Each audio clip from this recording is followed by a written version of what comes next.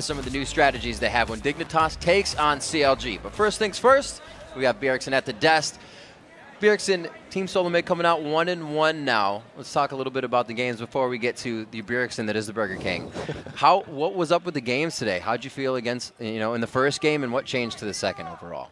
I definitely think we played way too scared against Cloud9. I think most of us, or pretty much all of us, felt the pressure, and we were all kind of.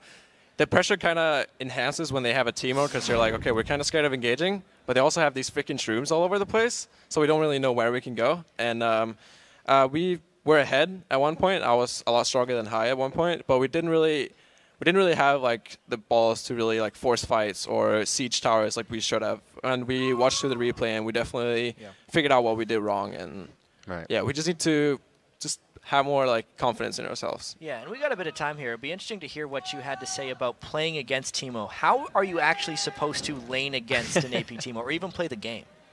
I don't think the lane was too much of a problem. I got sort of ahead. I had a lot of pressure in the lane, but I think that was kind of because I got lucky with my matchup. If you have some other matchups, you can actually be a real pain and poke you down. But the problem is more when he gets like items, and you get pretty much free objectives when you have Teemo, because he just places shrooms around Baron or Dragon or down the mid lane. So if they go push top and you go down mid, then all your creeps is down. You're like, oh, damn, all the shrooms. Were you expecting the Teemo from Hai, or were you expecting something completely different? I didn't expect Teemo at all. Like we scrimmed against them quite a bit, even though we were playing them, but they never pulled Teemo out, and it was definitely like, okay, wow. We did not expect that. Yeah. So one more Teemo question before we move on. Now seeing it, how would you react to that Teemo? What would you guys have done to stop it if you had a second chance now? We kind of let too many towers go. That didn't really have much to do with Teemo. That was more like Caitlyn. But at one point, I was a lot stronger than Teemo, because Teemo is not really good in like all-in fights. So if we had more confidence in ourselves, we could have forced more pushes, because he doesn't really have wave clear other than the shrooms. Right. And in all-in team fights, he's not as strong. So if we had more confidence in ourselves, we could have sieged and we could have forced team fights when we were stronger. And that's an interesting thing, because obviously Reginald has been off of Team Solomid, and you're kind of taking his shoes. Was he the confidence builder for that team, and how do you actually get that confidence so the next time you get caught off guard, you don't fall behind and let them push you around? I wouldn't say he was the confidence builder, but he was definitely the shot caller and calling when to fight and when to do some things. I think confidence just comes with playing in the LCS. It was our very first game. It was against Cloud9, so it was like all the pressure was on. Very first game against pretty much the best team in NA. So I feel like we already had more confidence in game 2. We did some really crazy stuff that maybe was a bit too crazy. I did a bit of crazy stuff, but it's better to do crazy stuff and then fail than play completely passive and just lose slowly like we did against Cloud9. And with filling Reginald's shoes, as you come in, is there anything that you've specifically seen that TSM has changed accordingly since you've been on the team, things that have fixed up? I never really watched too much of LCS. I watched their picks, but I never really had time to watch the games because they were usually really late at night in Europe after we played. But I feel like having him as a coach now changed the team a lot, whereas before I didn't think they had a coach or didn't have a set coach. So that definitely helps a lot now. It's also nice to have someone looking over your back who's been playing mid lane, competitive scene for a long time, and can help me out. So I think our main difference going from Reggie to me is having him step down to a coach spot. Right.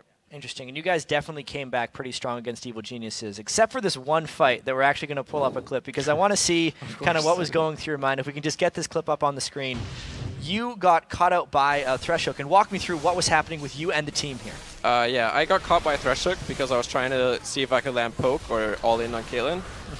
Then when I got poked, we still went in because of some miscommunication.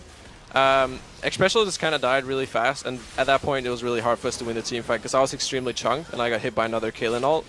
So we just had like a bad start. I got to half HP instantly, and then we went in too deep. Yeah. But at least you're watching your screen for this juke. Oh. Yeah, I could have just ran away, but I thought it would look cooler that way. Yeah, so that's interesting that it actually happened that way, because you guys, once you suffer a loss like that, what was your team mindset? Because it was a bit of a miscommunication, but then you guys recovered very well. Yeah. Reggie said backstage, he said, I don't care if you go 0-28, as long as you just man up and you just go ham. So this game we manned up and went ham, and it kind of worked. So. All right, coming in, last question for you, Bjergsen. Thanks for joining us for this bit of time. Knowing that there were so many fans, knowing it was kind of an uproar that you were brought over as kind of an import from EU, how have you handled the hype? Has it kind of gotten under your skin at first, or did you just embrace it right from the get-go? I was really surprised how much hype I actually got. And, of course, with hype comes hate, but I feel like it's pretty much like I enjoy it, and I just embrace it, and I try to not let it get to my head.